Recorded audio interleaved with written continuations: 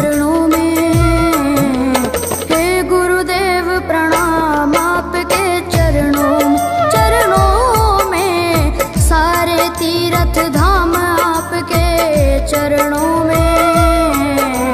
हे गुरुदेव प्रणाम आपके चरणों में।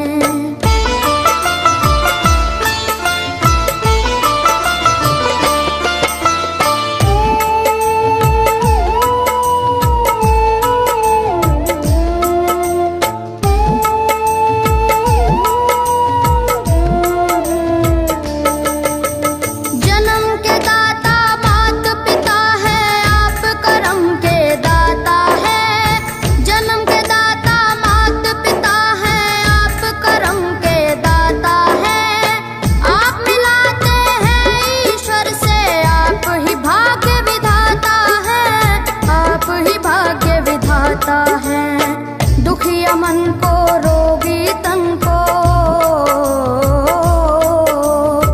दुखिया मन को, रोगी तन को मिलता है आराम आपके चरणों में। हे गुरुदेव प्रणाम आपके चरणों में। चरणों में सारे तीर्थ धाम आपके चरणों में। गुरुदेव प्रणाम आपके चरणों में।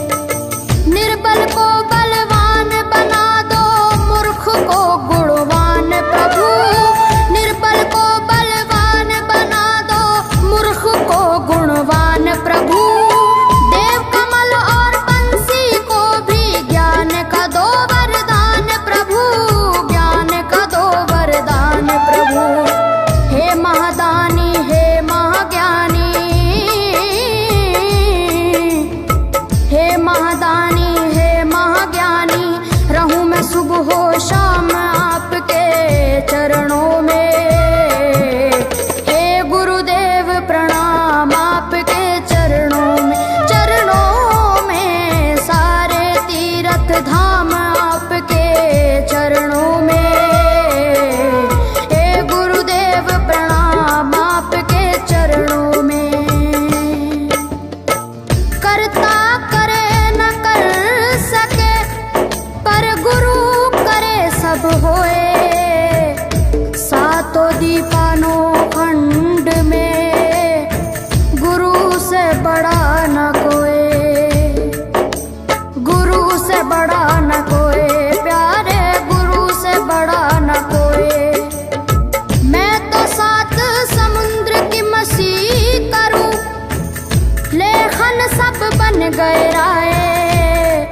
सब धरती कागज करूं पर गुरु गुण लिखा न जाए, प्यारे गुरु गुण लिखा न जाए।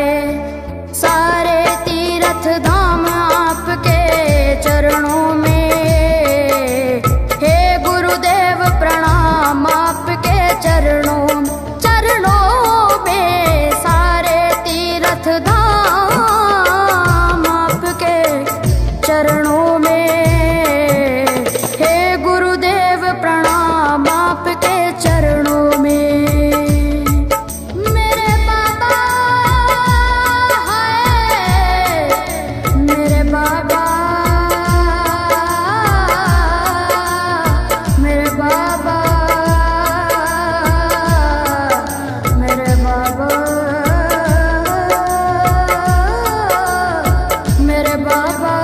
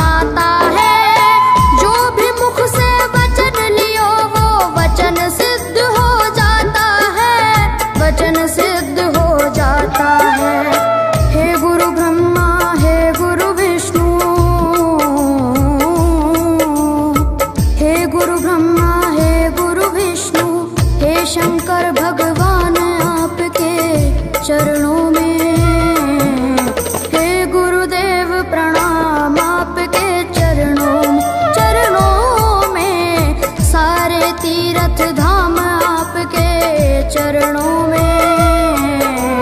हे गुरुदेव प्रणाम आपके चरणों में।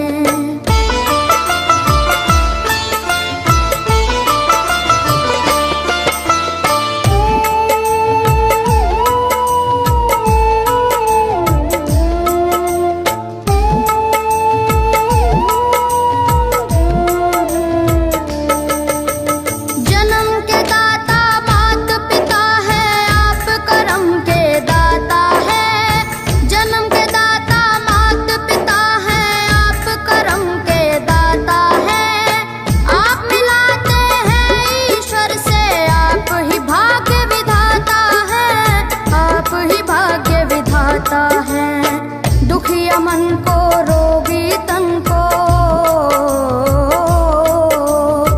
दुखिया मन को रोगी तन को मिलता है आराम आपके चरणों में। हे गुरुदेव प्रणाम आपके चरणों में। चरणों में सारे तीर्थ धाम आपके चरणों में। गुरुदेव प्रणाम आपके चरणों में।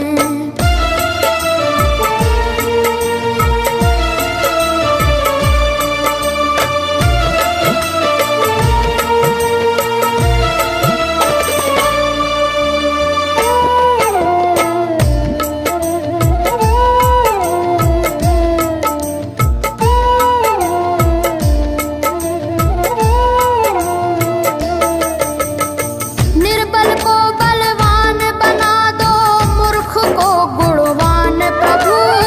निर्बल को बलवान बना दो, मूर्ख को गुणवान प्रभु। देव कमल और बंसी को भी ज्ञान का दो वरदान प्रभु, ज्ञान का दो वरदान प्रभु। हे महादानी हे महाज्ञानी, हे महादानी हे महाज्ञानी, रहूं मैं सुबह हो शाम आपके चरणों में। हे गुरुदेव प्रणाम आपके चरणों में। चरणों में सारे तीर्थ धाम आपके चरणों में। हे गुरुदेव प्रणाम आपके चरणों में। करता करे न कर सके, पर गुरु करे सब होए। सातों दीपानों खंड में गुरु से बड़ा न कोई, गुरु से बड़ा न कोई, प्यारे गुरु से बड़ा न कोई। मैं तो सात समुद्र की मसीह करूं, लेखन सब बन गए राय। सब धरती कागज करूं, पर गुरु गुण लिखा न जाए।